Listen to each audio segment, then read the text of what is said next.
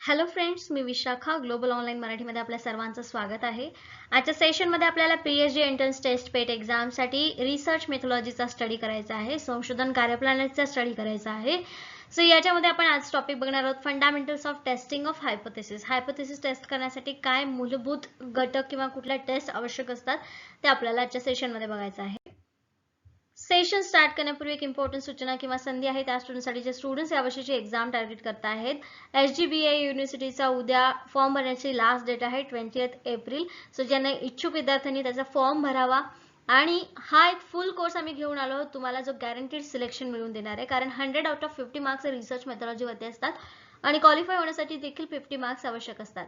जर 50 मार्क्सचा अभ्यास तुमचा कंप्लीट झाला असेल तर नक्कीच तुमचं गॅरंटीड सिलेक्शन आहे. तो असा हा फुल कोर्स आम्ही तुम्हाला ऑफर करत आहोत, ज्याच्यामध्ये आम्ही तुम्हाला देणार आहोत संपूर्ण अभ्यासक्रमावरील मॉक टेस्ट, संपूर्ण अभ्यासक्रमावरील notes, video lectures plus daily live lectures, 1500 plus MCQ PDF, ज्याची फीस आहे 699 रुपये. आणि इकडे दिलेल्या व्हॉट्सअप नंबरवरती मेसेज करून लगेचच तुम्ही आपल्या कोर्सला जॉईन होऊन आपल्या प्रिपरेशनला स्टार्ट करू शकता, कुठलाही उशीर न करता. ओके, सो हायपोथेसिस टेस्ट करण्यासाठी वेगवेगळ्या चाचणी वापरल्या जातात. त्या टेस्ट आपण बघितलेल्या आहेत. Parametric test, non parametric test. Parametric टेस्टमध्ये मग आपण बघितलेलं आहे T test, Z test, F test, ANOVA. आणि त्याच्यानंतर नॉन पॅरामेट्रिक टेस्टमध्ये आपण बघितलं तर H test, U test and chi square test, right. ह्या नॉन पॅरामेट्रिक टेस्ट आपण बघितलं होता. आता फंडामेंटल्स काय आहेत, मूलभूत काय आहेत गोष्टी याच्यामध्ये की हायपोथेसिस टेस्ट करण्यामध्ये. Hypothesis testing refers to the process of choosing between two hypothesis statements about the probability distribution based on the observed data from the distribution. जो काही डेटा तुम्ही घेतलेला आहे, जो काही डेटा तुम्हाला मिळालेला आहे, त्या ऑब्झर्व डेटामधून तुम्ही काय करता, दोन हायपोथेसिस स्टेटमेंट काढत असता. सो हायपोथेसिस टेस्ट याच्यावरतीच तुम्ही टेस्ट करत असता. Hypothesis testing is a step by step methodology that allows you to make inferences about population parameters by analyzing differences between the result observed and the sample statistics. ठीक आहे, parameters, इन्फरन्सेस हे काय आहे तुम्हाला टेस्टमध्ये कॅल्क्युलेट करावे लागतात. आणि ही टेस्टिंग कशी असते, स्टेप बाय स्टेप असते. प्रत्येक एका स्टेपमध्ये वेगळं काहीतरी ॲडिशन हे होत असतं. ठीक आहे.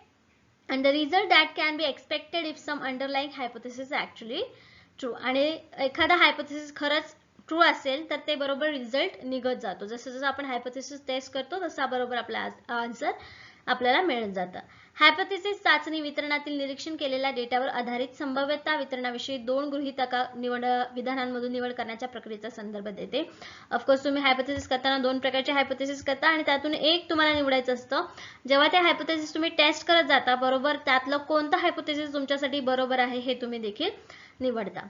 गृहीतक चाचणी हे एक चरण दर चरण म्हणजे काय, स्टेप बाय स्टेप पद्धत आहे जी तुम्हाला निरीक्षण केलेले परिणाम आणि काही अंतर्निहित गृहीतक खरे असल्यास अपेक्षित असलेल्या परिणामांमधील फरकांचे विश्लेषण करून लोकसंख्येच्या पॅरामीटर्स बद्दल निष्कर्ष काढून देते. पॉप्युलेशन किंवा सॅम्पल्स बद्दल निष्कर्ष रिझल्ट्स तुम्हाला काढून देत असते. कोण, fundamental hypothesis testing.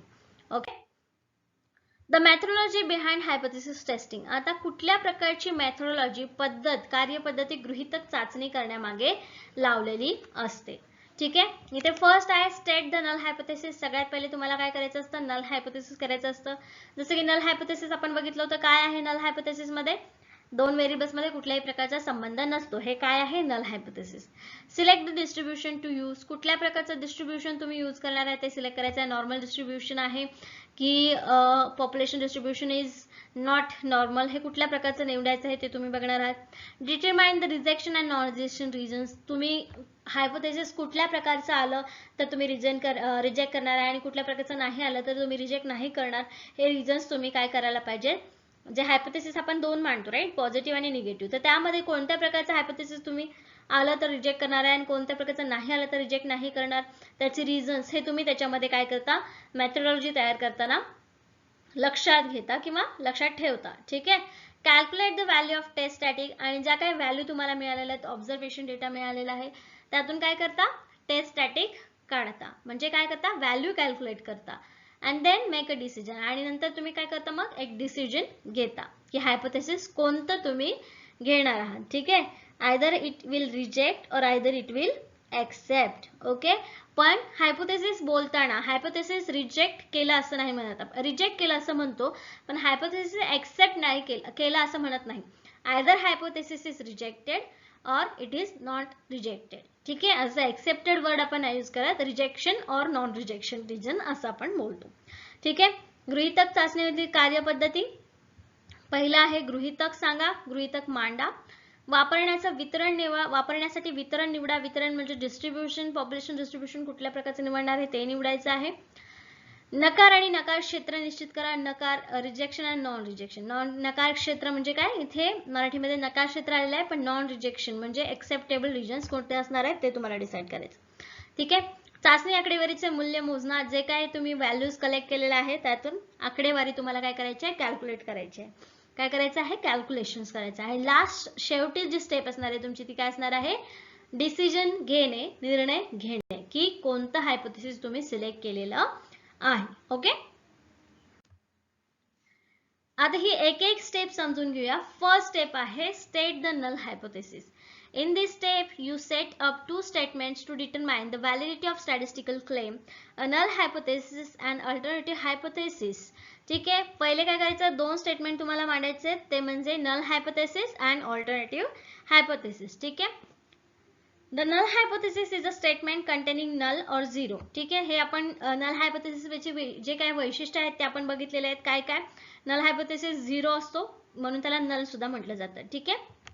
It's not ni denote केलं जातं. Then difference, it is the null hypothesis that undergoes the testing procedure whether it is the original claim or not. आता हे काय होतं, ह्या प्रोसिजर खाली जातं. null hypothesis टेस्टिंगच्या अंडर जातं. The notation for the null hypothesis, that is H0 or H0, represents the status quo or what is assumed to be true. ठीक आहे. याच्यामध्ये आपण काय अज्युम करणार आहोत, खरी गोष्ट, कुठला फॅक्ट आपण अज्युम करणार आहोत ते याच्यामध्ये दिलेलं असतं. It always contains the equal sign. ठीक आहे. आणि ह्याचं काय असतं, इक्वल साइन कंटेंट असतं नल हायपोथेसिस मध्ये. आणि नल हायपोथेसिस कसं असतं, दोन व्हेरिएबल्स मध्ये कुठल्याही प्रकारचा संबंध नाही म्हणून ह्याला आपण झिरो किंवा नल म्हणतो. ठीक आहे. The alternative statement must be true. याच्यामध्ये हा जो आहे की नल हायपोथेसिस जे असतं ते आपण अज्युम करतो की हे ट्रू आहे, आणि ऑल्टरनेटिव्ह हायपोथेसिस काय असतं की ते नेहमी बरोबर असतं, मस्ट बी ट्रू, खरं असायला पाहिजे. If the null hypothesis false, हे अज्युम जर केलं असेल आपण, नल हायपोथेसिस शून्य गृहीत जर आपण अज्युम केलं असेल, फॉल्स असेल, तर अल्टरनेटिव्ह हायपोथेसिस तरी आपल्याला कसं असलं पाहिजे, ट्रू असलं पाहिजे, करेक्ट असलं पाहिजे. An alternative hypothesis is represented as H1. It is opposite of the null and is what you wish to support is also never contain the equal sign. आता याच्यामध्ये डिफरन्स दिलेला आहे. नल हायपोथेसिस मध्ये equal sign असेल तर alternative hypothesis मध्ये equal sign नसणार आहे. नल हायपोथेसिसच्या अपोजिट नेहमी अल्टरनेटिव्ह हायपोथेसिस असणार आहे. नल हायपोथेसिस जर निगेटिव्ह असेल, फॉल्स असेल, तर अल्टरनेटिव्ह हायपोथेसिस पॉझिटिव्ह आणि ट्रू असायला पाहिजे. ठीक आहे. हे नल हायपोथेसिस स्टेट करण्याची स्टेप आहे. शून्य गृहीतक सांगा. या चरणात तुम्ही सांख्यिकीय दाव्याची वैधता निर्धारित करण्यासाठी दोन विधाने सेट केली आहेत, एक शून्य गृहीतक आणि पर्यायी गृहीतक. शून्य गृहीतक हे शून्य किंवा शून्य फरक असलेले विधान आहे, जो मूळ दावा असो किंवा नसो चाचणी प्रक्रियेतून जात असलेले शून्य गृहीतक आहे. शून्य परिकल्पना H0 ची नोटेशन परिस्थिती यथास्थिती दर्शवते किंवा जे सत्य आहे असे गृहीत धरले जाते, त्यात नेहमी समान चिन्ह असते. जर शून्य गृहीतक असत्य असेल तर पर्याय विधान सत्य असले पाहिजे. पर्याय गृहीतक H1 म्हणून प्रसिद्ध केले जाते. हे शून्याच्या विरुद्ध आणि तुम्हाला समर्थन करायचे आहे, त्यात कधीही समान चिन्ह नसते. ओके, हे झालं मराठीमध्ये. स्टेप 2 आहे select the distribution to use. कोणत्या प्रकारचं डिस्ट्रीब्युशन तुम्हाला सिलेक्ट करायचं आहे ते सुद्धा तुम्हाला इथे डिसाईड करायचं आहे. You can select a sample or the entire population. तुमच्याकडे दोन चॉईसेस आहेत, एक तर तुम्ही सॅम्पल चॉईस करू शकता किंवा पॉप्युलेशन म्हणजे पूर्ण लोकसंख्या तुम्ही निवडू शकता. In selecting the distribution, we must know the mean for the population or the sample. जे काही तुम्ही निवडणार आहे, एक तर मीन सॅम्पल निवडाल किंवा पूर्ण पॉप्युलेशन निवडाल, पण त्याच्यामध्ये तुम्हाला मीन माहिती पाहिजे, त्याचा ऍव्हरेज जो आहे तो तुम्हाला माहिती पाहिजे. ठीक आहे. मीन कसा काढायचा आहे ते सुद्धा आपण बघितलेलं आहे, राईट. ओके. 2.1 मध्ये जर पॉप्युलेशन मीन तुम्हाला काढायचं असेल किंवा पॉप्युलेशन मीन म्हणजे काय, if you know the standard deviation for population then you can calculate a confidence interval. ठीक आहे. CI कॉन्फिडन्स इंटरव्हल कसा काढायचा तो आपल्याला एका सेशन मध्ये बघूया आपण. पण स्टँडर्ड डेव्हिएशन पॉप्युलेशन साठी तुम्हाला माहिती असेल तर कॉन्फिडन्स इंटरव्हल सुद्धा काढता येतो फॉर द मीन. ठीक आहे. मीन साठी तो कॉन्फिडन्स इंटरव्हल तुम्हाला काढता येईल. और ॲव्हरेज ऑफ दॅट पॉप्युलेशन, किंवा त्या पॉप्युलेशनचं, त्या लोकसंख्येचं तुम्ही ॲव्हरेज सुद्धा काढू शकता. You estimate the population mean by using sample mean plus or minus some margin of error. The result is called confidence interval for the population mean. ठीक आहे, plus or minus margin of error, जो काय error येणार आहे, margin error असणार आहे त्या sample मीन मध्ये, त्याला आपण काय म्हणतो, कॉन्फिडन्स इंटरवल. आणि ह्याला कॉन्फिडन्स इंटरवल इथे बघितलेला आहे, तो कसा काढायचा तो पण बघूया आपण. ठीक आहे, आता नाही, एका सेशन मध्ये बघूया.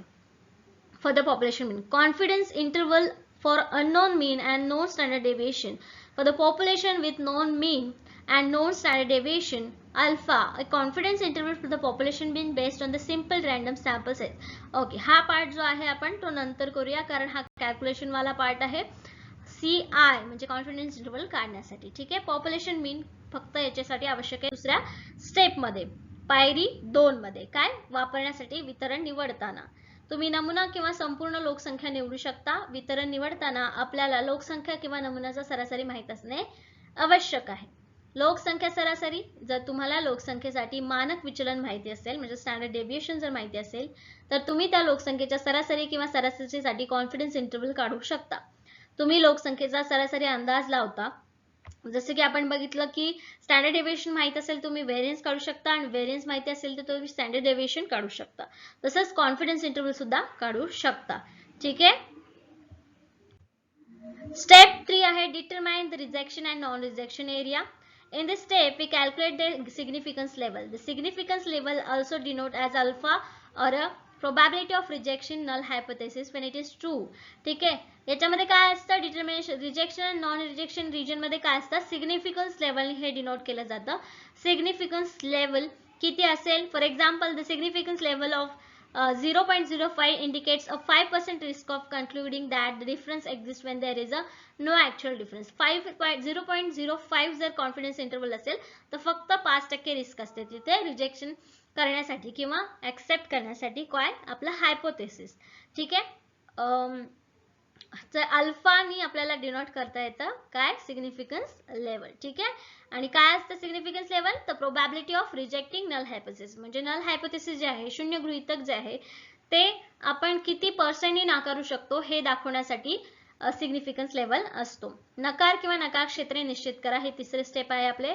चरणात आम्ही महत्व पातळी गणना करतो. महत्वाची पातळी अल्फा किंवा अल्फा असं पण दाखवलंय म्हणून देखील दर्शवली जाते.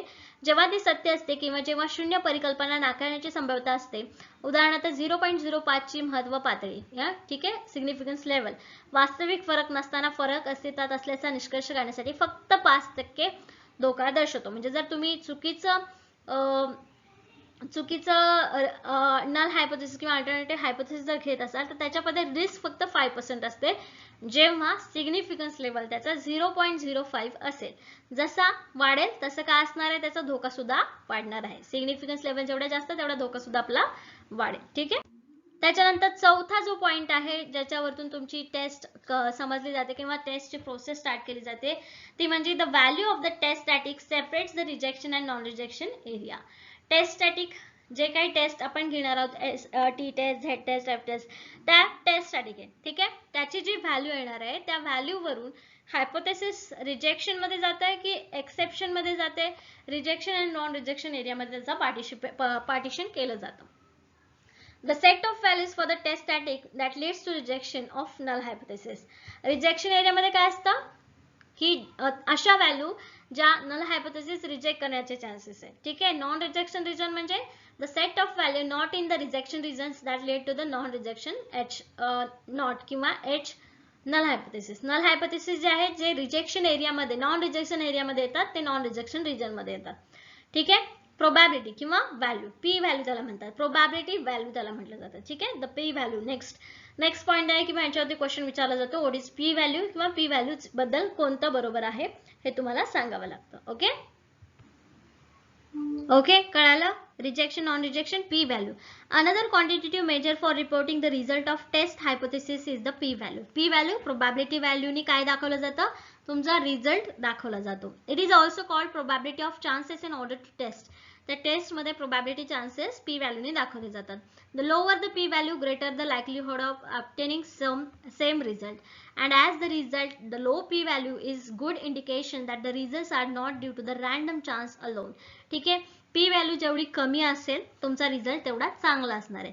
p व्हॅल्यू जास्त असेल तर तिथे तुमचं काय असणार आहे, सेम रिझल्ट येण्याचे चान्सेस असतात. म्हणजे सेम रिझल्ट म्हणजे की अल्टरनेटिव्ह हायपोथेसिस, नल हायपोथेसिस हे दोन्ही सेम आहेत जवळपास, असे चान्सेस असतात. ठीक आहे, आणि प्रोबॅबिलिटी व्हॅल्यू लो असेल त्यावेळेस तुम्हाला तुमचा रिझल्ट हवा तो व्यवस्थित येतो. ठीक आहे, p value the probability of obtaining test static equal or the more extreme value then the observe value of h not that is null hypothesis as a result of null hypothesis will be true. ठीक आहे, p value low असला की null hypothesis आपलं कसं असणार आहे, true असणार आहे किंवा ऍक्सेप्टेबल असणार आहे, हे लक्षात ठेवा. when the compare p value with alpha. ठीक आहे, आता या p व्हॅल्यू अल्फाशी रिलेट करणार आहोत आपण. अल्फा मीन्स काय, सिग्निफिकन्स लेवल. सिग्निफिकन्स लेवल आपण मागे बघितलेलं आहे. p व्हॅल्यू पेक्षा सिग्निफिकन्स लेवल जास्त असेल त्यावेळेस नल हायपोथेसिस रिजेक्ट केलं जातं. ह्या 3 सिच्युएशन्स फक्त लक्षात ठेवा की p व्हॅल्यू ही सिग्निफिकन्स लेवल पेक्षा कमी असेल, सॉरी जास्त म्हटले मी, p व्हॅल्यू सिग्निफिकन्स लेवल पेक्षा कमी असेल म्हणजे सिग्निफिकन्स लेवल जास्त असणार आहे, त्यावेळेस नल हायपोथेसिस काय करायचं आपल्याला, रिजेक्ट करायचंय. ओके, देन p व्हॅल्यू ही इक्वल टू अल्फा म्हणजे सिग्निफिकन्स लेवलच्या बरोबर असेल किंवा सिग्निफिकन्स लेवल पेक्षा जास्त असेल त्यावेळेस काय करायचं आहे, do not reject null hypothesis म्हणजे ही नल हायपोथेसिस आपण इथे एक्सेप्ट करणार आहे. ठीक आहे, then if p value is low then null hypothesis must गो.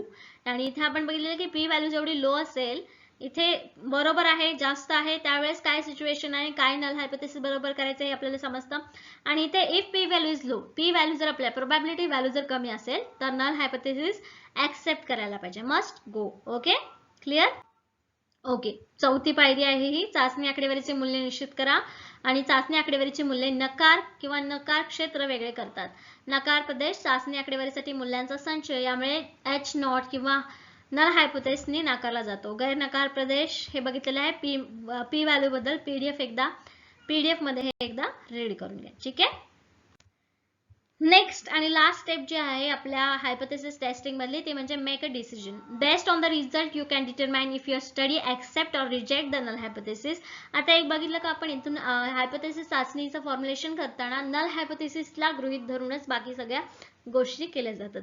त्याच्यात पण असं सांगितलं जेव्हा तुमचा रिझल्ट तुमच्या हातात येईल रिसर्चचा, तर त्यावेळेस तुम्हाला काय करायचं असतं, नल हायपोथेसिस रिजेक्ट करायचं की एक्सेप्ट करायचं हे ठरवायचं असतं. However, when the results of hypothesis test are reported in academic journal, it's common to find the author provides only the test static and its p-value result in the conclusion drawn from the data. जेव्हा तुम्हाला एखादा guide तुमचा research check करतो त्यावेळेस तुम्हाला त्याच्यामध्ये काय बघितलेलं असतं, टेस्ट स्टॅटिक कुठले आहेत आणि p व्हॅल्यू रिझल्ट काय आहे हे बघितलं असतं. ठीक आहे, त्याच्यावरून तुमचा रिझल्ट कसा आलाय हे बघितलं जातं. म्हणजे नल हायपोथेसिस एक्सेप्टेड आहे, रिजेक्टेड आहे किंवा कशी p व्हॅल्यू आलेली आहे, टेस्ट साठी कुठले वापरलेले आहे, बरोबर वापरलेले आहेत का हे चेक करून तुमचा रिसर्च पुढे पाठवला जातो. निर्णय घ्या निकालाच्या आधारे. निर्णय घ्या म्हणजे मेक अ डिसिजन. तुम्ही ठरवू शकता की तुमचा अभ्यास शून्य गृहीतक स्वीकारतो की नाकारतो. तथापि जेव्हा एखाद्या गृहीतक चाचणीचे परिणाम शैक्षणिक जर्नलमध्ये नोंदवले जातात तेव्हा असे आढळून येते की लेखक केवळ चाचणी आकडेवारी प्रदान करतो आणि डेटामधून काढलेल्या निष्कर्षामध्ये त्याचे p मूल्य परिणाम देतो.